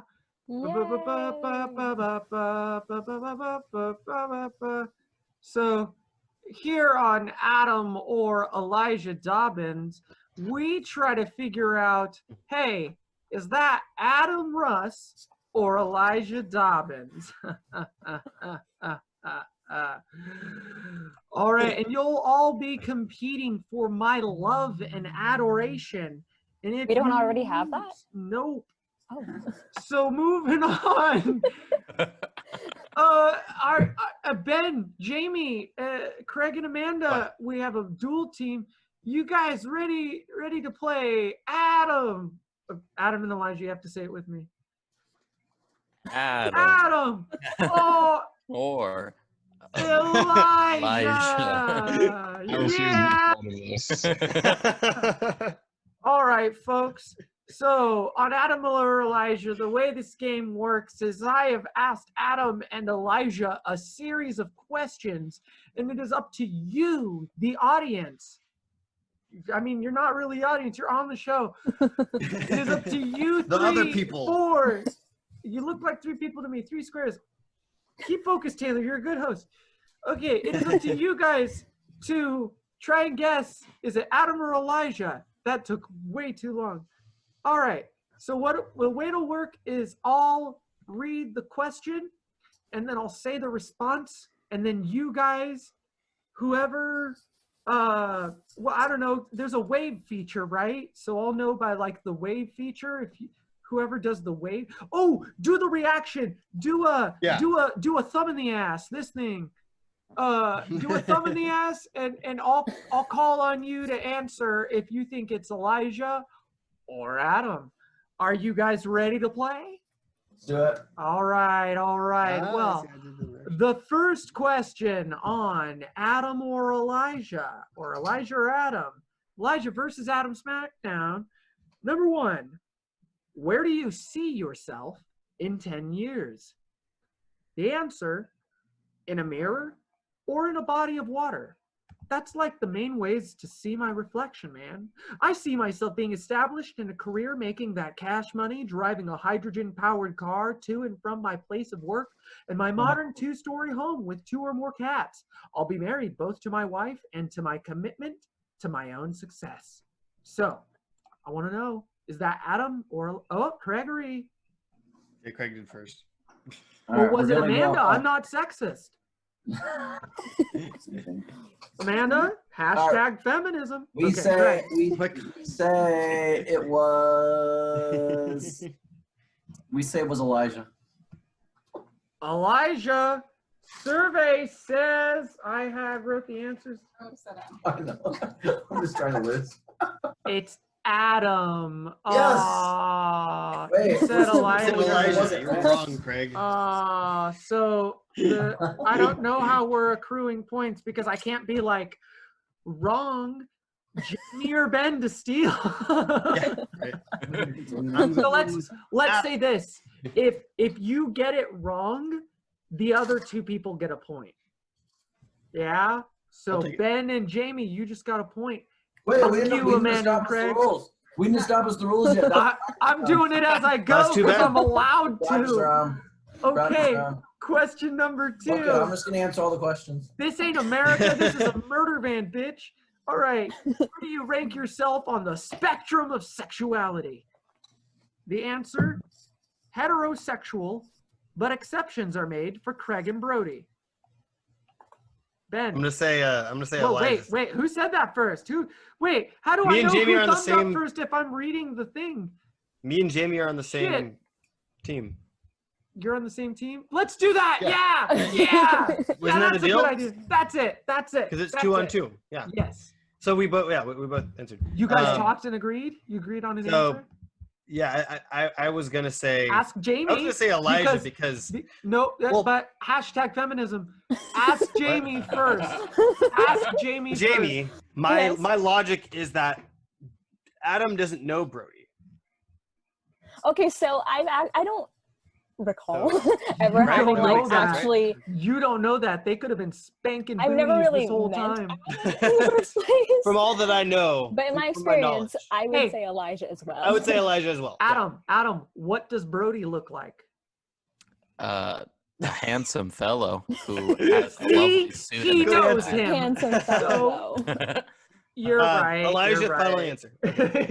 Elijah. Yeah. It's Elijah. Air five. Yeah. Okay, so I won't give you guys an extra point. Let's just do this. Hold on, I want to understand what experience were you talking about? I don't know, just like behind the scenes, the fourth wall. It was What- Behind the scenes. What of my sexual you said things. have you seen at all? You know what? I do know, Elijah. I do know that you had an all-nighter Is with it Brody. interesting? Like, isn't Oh. it so crazy that we're in this day and age? 50 years ago, it would have been so crazy. But Elijah and I have this thing. Ben and I don't have this because, Ben's weird. But Elijah and I have this because backstage, anything, it's like, man, why do you dress like that? I have to show up here and leer at you or something like that. I don't know. And I'm always like, damn, Elijah, something offensive. Like isn't it crazy how dudes and cannot like, never mind, I'm going on a tangent. Moving on. Next question. Number 3. Yeah, you guys were right. So you guys get a point. Number 3. What is the one phrase you remember your parents saying to you that always stuck? The answer: unload the dishwasher every goddamn time. Elijah or Craig? No, Adam, the other white one. Elijah or Craig. The other white guy. Need more of this. Ben.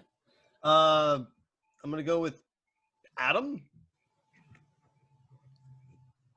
The answer?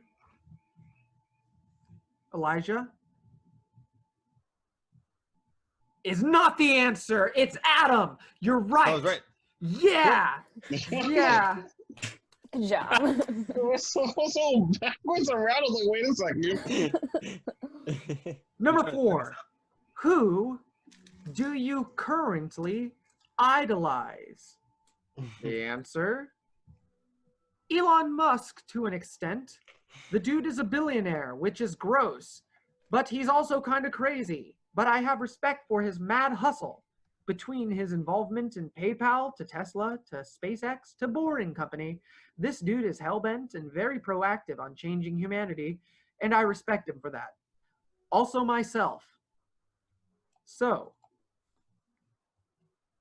Adam or Elijah? Ben. Adam.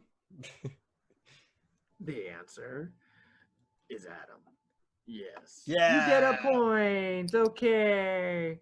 Boom. Wait, have we done 5? We did 4. Okay. Oh God, I'm not keeping track of numbers right now. What band do you love? Number 5. What band do you love? The answer, I don't have one.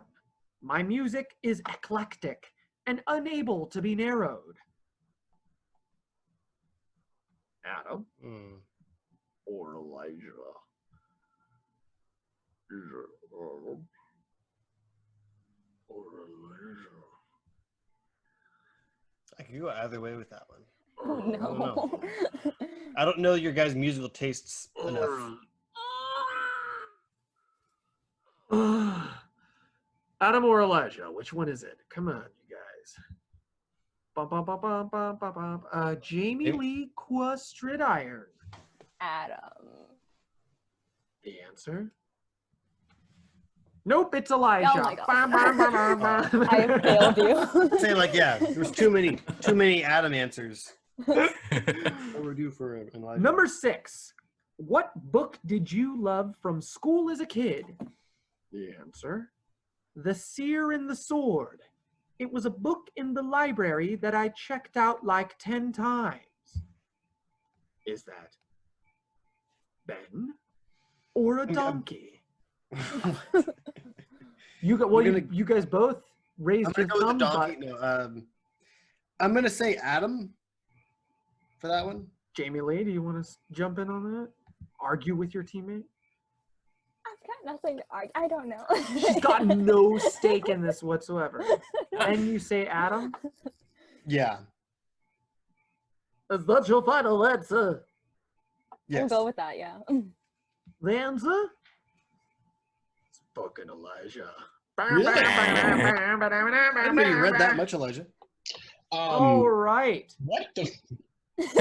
What? No, I just mean I don't know. I never read. Yeah, dig yourself out of that one. You know, I almost thought of Elijah, and I almost said it, but I only almost said it because I was just thinking of his character for Calendar Kids, not him. Well, yeah, I was thinking of his character. I was like, oh no, but that's just a character. Like, yeah. So I was like, I think that's ridiculous. A ridiculous reason. You guys don't know Elijah, but I just imagine. I don't know. Elijah. I did know that, but I forgot. Personally, I have never read a book more than maybe like twice. I don't know. Like outside of your major. Personal experience. I don't reread books. I reread books hundreds of times. I do not. The only book Adam's read is the Tax Franchise Board. Well, yeah, I was like, Adam works in taxes. He probably reads a lot. I read tax codes. Woo. Yo, guys, this week I had tax problems and I hit up Adam and he had answers for me. It was pretty great. Adam, I'll hit you up later, buddy. He made me feel I only good. charge $250 an hour. Oh, I won't be hitting you up later then, dude. Next I can afford question. $250 an hour. Let's do this. Let's see here. Number 7.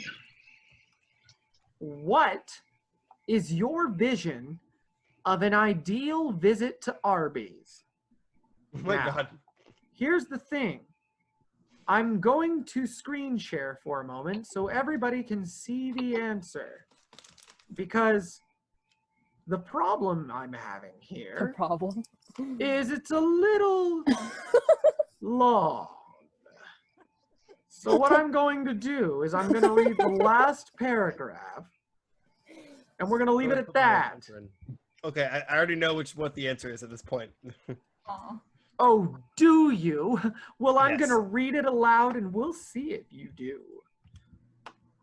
In the blink of an eye, I had eaten all of my gourmet Arby's food, with not even a crumb to spare.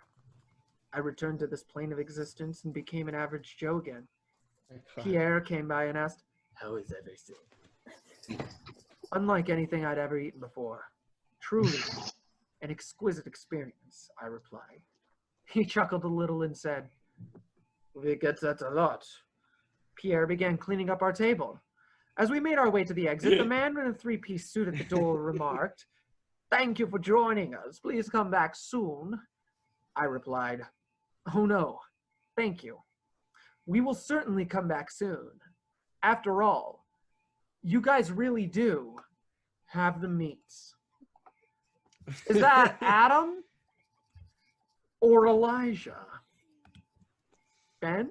That is most certainly Adam. It is Adam. Dude, I'm telling you, you got to send that to everyone because at the very least, you need to read the last two He worked paragraphs. so hard on it. Okay, that was Adam. Here's the funny part. Elijah's is the same thing, but the opposite response.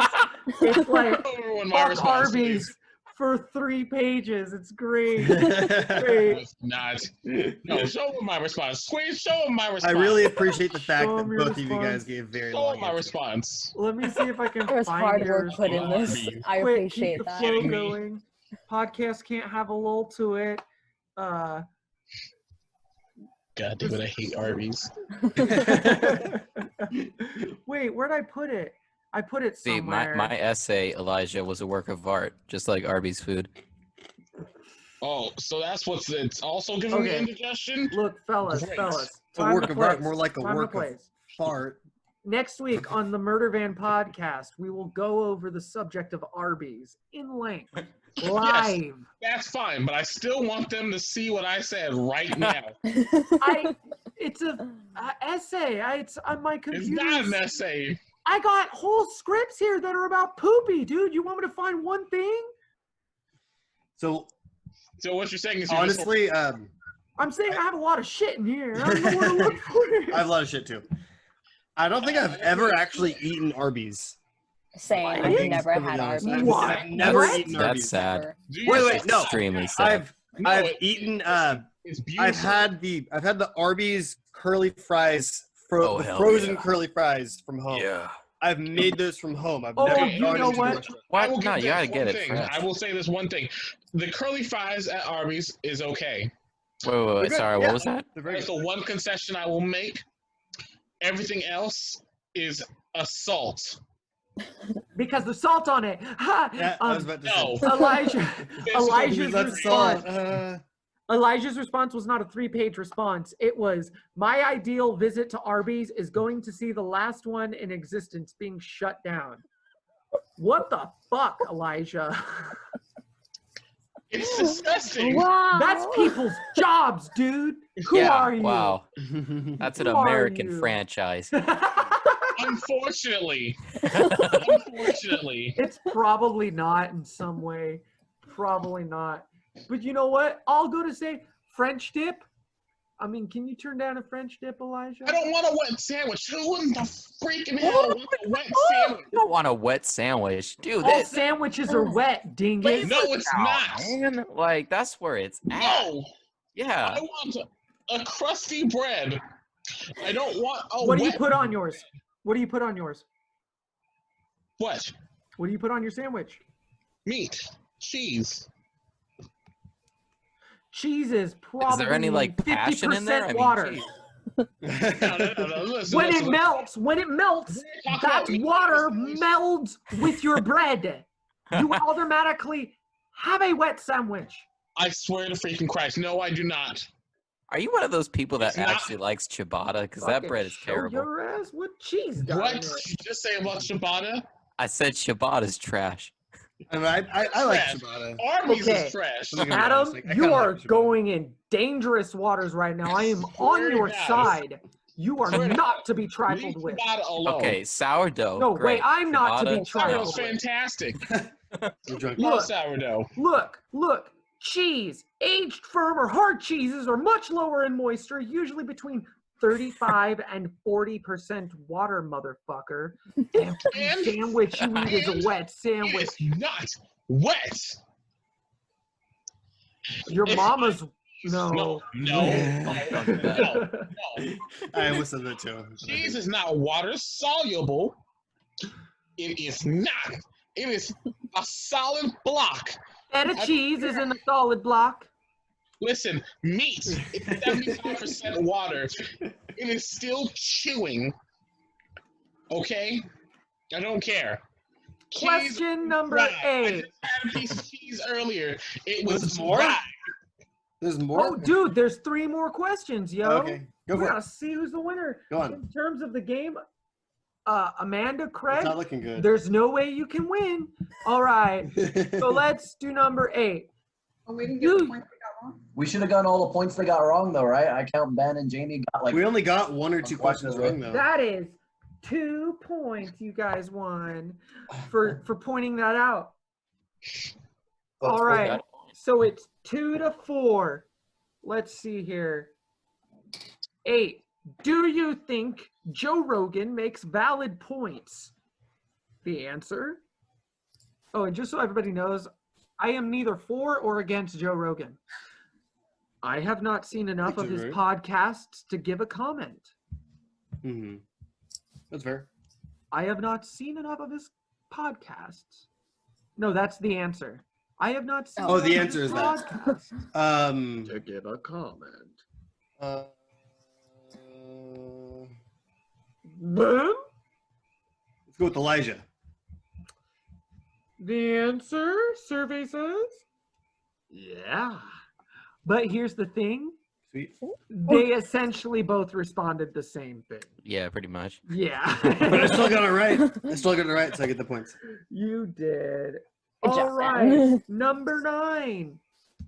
Number 9. If you could play any role in Disney's Mulan, who and why? The answer? Sean Yu, because my goal has always been to voice over for a Disney villain. Ooh. You don't know. It'd be either. Adam, Craig, who do you think? I'm gonna say Adam. Amanda is wrong. Hashtag anti-feminism. Okay. What? I have played a villain before though, and it was pretty fun. I always preferred villains in every role. Yeah. You were a fantastic whatever character you were in the show that we just did. What was his name? He was a villain. Yeah. Yeah. Cletus Jones. Cletus Jones. I remembered. I don't call him a villain. He was just in love.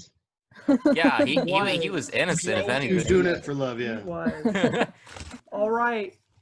Question number 10. This one's not for all the marbles. Okay.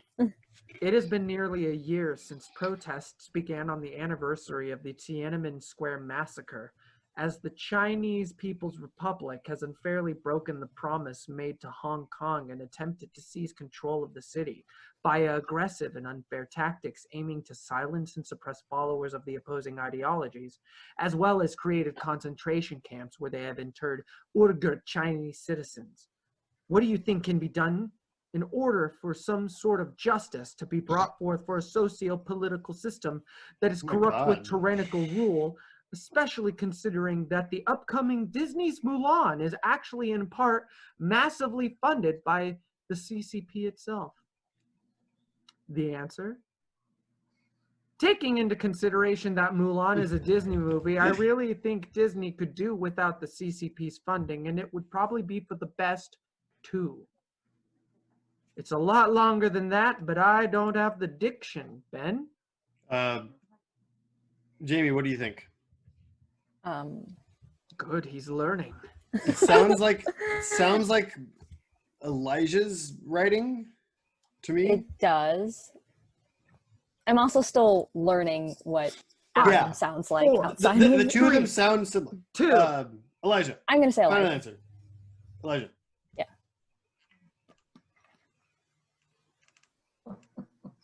It's Adam. Damn it. Who won? Did we still win? Yeah. Yeah, you guys still win. Still won. Yeah. Is that the important part then? Give me 2 seconds. I gotta pee. Talk amongst yourselves. yeah. Go. You got this. This is your show now. Oh, The only Elijah, I have important thing failed is you winning. twice. I am so sorry. It's okay. Okay. I have my Gardudos too. Yes, I do not have a bachelor's in English like Mr. Elijah. However, I did actually tutor English once before, so I'm good at it as Same. well. Wait, Elijah, you got a my BA in bachelor's English? too. And we Yeah. can talk about I didn't know you got a BA in English. We never had any classes together. Well, Huh. I don't know, man. I graduated in December of 2016. Oh I got my- my Oh, bachelor's. I didn't know you That was my graduated early. first Wow. semester. I graduated in December of 2018, so we're 2 years apart then. Mm-hmm. Okay. Yeah, I was also English, but I didn't even know that. Really? Yeah, I was English. Never saw. Yeah, you're right. We never had a class together. I know that's why I'm so surprised right now. Ben, did you I'm ever like, what the fuck? take poetry classes? I took McKinney. Yeah, Yeah, I was thinking of McKinney. I got a C+ in that class. Listen, I got No. my first semester. I got I in a really fight did. with Mr. McKinney. I don't know. I don't dislike him. I don't like the fact that he was grading me on how much he liked my poetry. Oh, okay. Well, I don't think it was friends, that. I think it was more the mechanics. He wouldn't. Well, he wasn't friends. grading me on what he liked. There was definitely some poems that Oh yeah. I wrote, and he was like, that's not good. Here's a C on that poem. I'm like, fuck you. Oh, no! Don't get it twisted. All respect to, and we don't call him Mr. McKinney. He doesn't. He prefers Dr. McKinney. He does. He's gone to college for it, so we'll give him his title as Dr. McKinney. Dr. McKinney. Okay. He makes you feel terrible when your poem is not up to par, and it's not up to par of not what it's. I wouldn't say up to par, just standards. It's his standard for what he expects of you. Definitely. Since poetry is more objective, he can really tailor your grade specifically to what he expects of you. Mm-hmm. It's an expression. So I mean, oh God, I've had to pass around a poem to the class when you got to, you have to read it to them, and they all sit It was there. nerve-wracking at first. Your I poem. don't like that feeling. Not only, and then they write on it, and I was never that good at poetry, honestly. Mm-hmm. It took me a while to get. I barely passed that first semester with a C. Mm-hmm. And Same then here. It was bad, but everyone starts tearing apart your poem, and then they wrote it, of course. And one time I received pages. My poem was a single page, but they had handwritten 3 pages of notes. Criticism? Of criticism. Oh no. Tearing. I my- hate that. I hate getting just piles of notes I mean, when it's constructive, that's one thing, but Oh no, it's a lot. constructed from him. It's not. When it's from the students, it's usually not. Yeah. No, Oh, dude, sometimes it is- peer review stuff usually is terrible. Yeah, it's usually I didn't like it. This wasn't good. Like that's not helpful. It's not helpful. I really hate that. Yeah. Oh, but then you know what? But it forces you. His class forces you to really think outside the mold of what is beauty. Honestly, poetry is beauty. It's very expressive. Love it. But I agree. He's gonna make you work for it. And I think maybe twice out of the 3 semesters I had with him, 3 or 4 semesters, I've turned in a decent poem, or a poem that he was like, this is something. Yeah. Honestly, Same here. The first only time, had a couple. took my poems and I was like, this is merit. This is good. This is a good step. I almost cried. I was like, oh, because he'd been beating me down the whole semester, expecting me to do better. Because he reads you and he reads your work and he gets to know. Poetry is really self-expressive, and he gets to know you through your poetry, and he's good at making you take that leap to find better ways to express not only the world around you but yourself. So all mad respect to him for whatever flaws that we talk about him.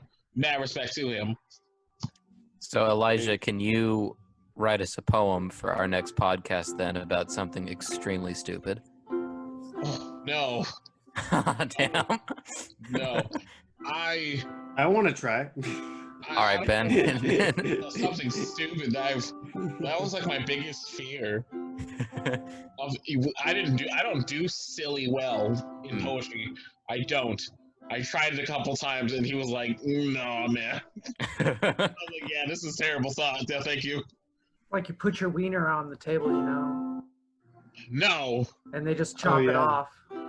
The only time I was somewhat silly was I talked about a poem where I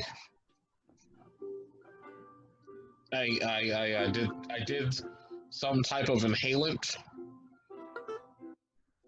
and a herbal inhalant, and I went outside because I was trying to write this eco poem, and I went outside and I laid down in the grass and it was raining, and I spent 45 minutes in that grass. I was really stuck there. And I wrote about the experience. Oh my gosh. And he was like, this is terrible. You spoke too much about the actual, about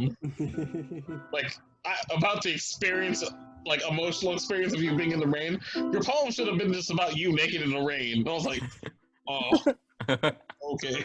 Yeah, I feel like I kept trying to, in that class, I kept trying to write poems that were just stupid. I tried writing comedic poetry and it did not work out well. No.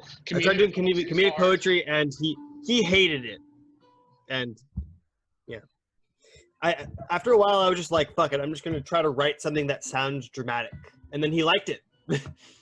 I wasn't even putting anything into it. That's the sad thing. I was just kind of like, this sounds like a poem. This sounds like a dramatic, serious poem. And then I got an A on that one. I was like, okay, I guess I'll just fucking do that shit. I mean, there are formulas to what is considered good poetry. Yeah. And I mean, you can pass the class, I'm assuming, following those guidelines.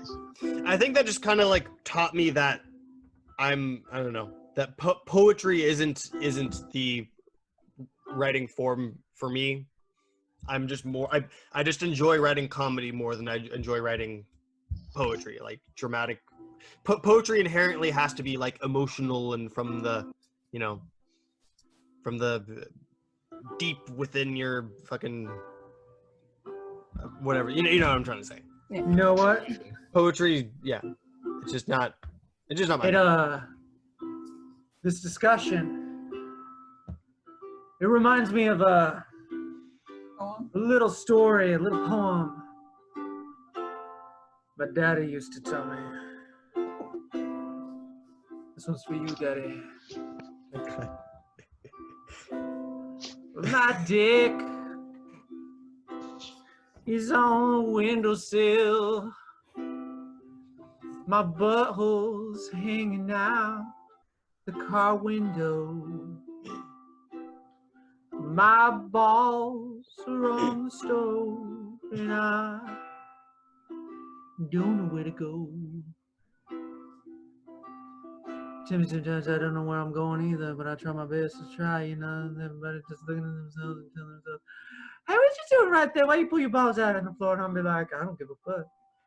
It's my writing my poetry. Sometimes it comes out your asshole. And let me tell you right how I'm dropping fat loads of poems and my butthole. You know, just a funny story about this song. I murdered a homeless man I heard singing it outside my window. You know, sometimes you just kind of make it up as you go along.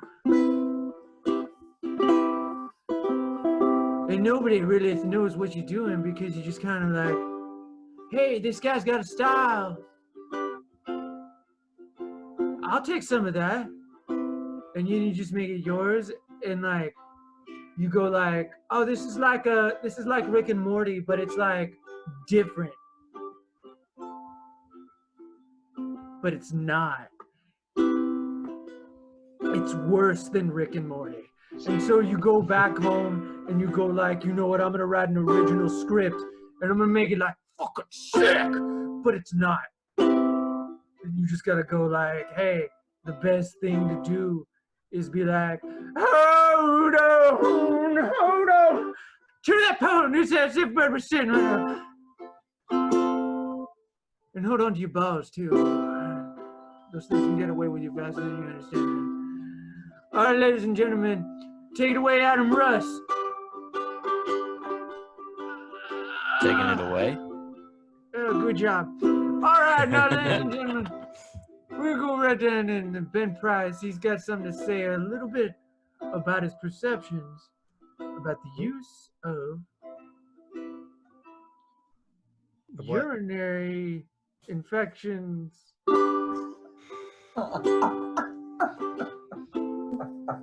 What? I don't know what that is. Same thing we're all saying, my friend. Don't Amanda, infect tell me. your Craig, what's it like wearing glasses? Very comfortable. Doesn't look like it. Amanda, if you could be any kind of fish. No, not glasses. If you could be any kind of fish, would you kill it? If I was a piranha, I suppose I would. I mean, like in a cannibalistic way, yeah. Yeah. Jamie Lee Cua-Stridiron. No, we're done with you, Amanda. Jamie Lee Cua-Stridiron. If you could kill any fish that Amanda was, which fish would it be?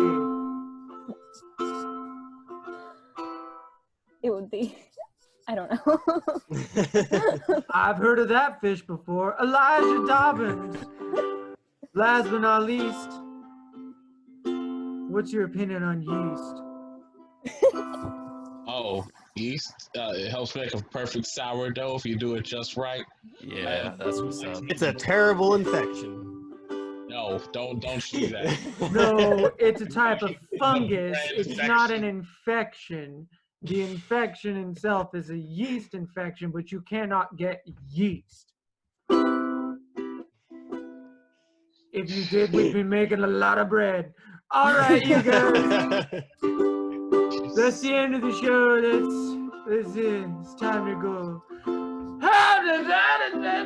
My neighbors don't like me anymore.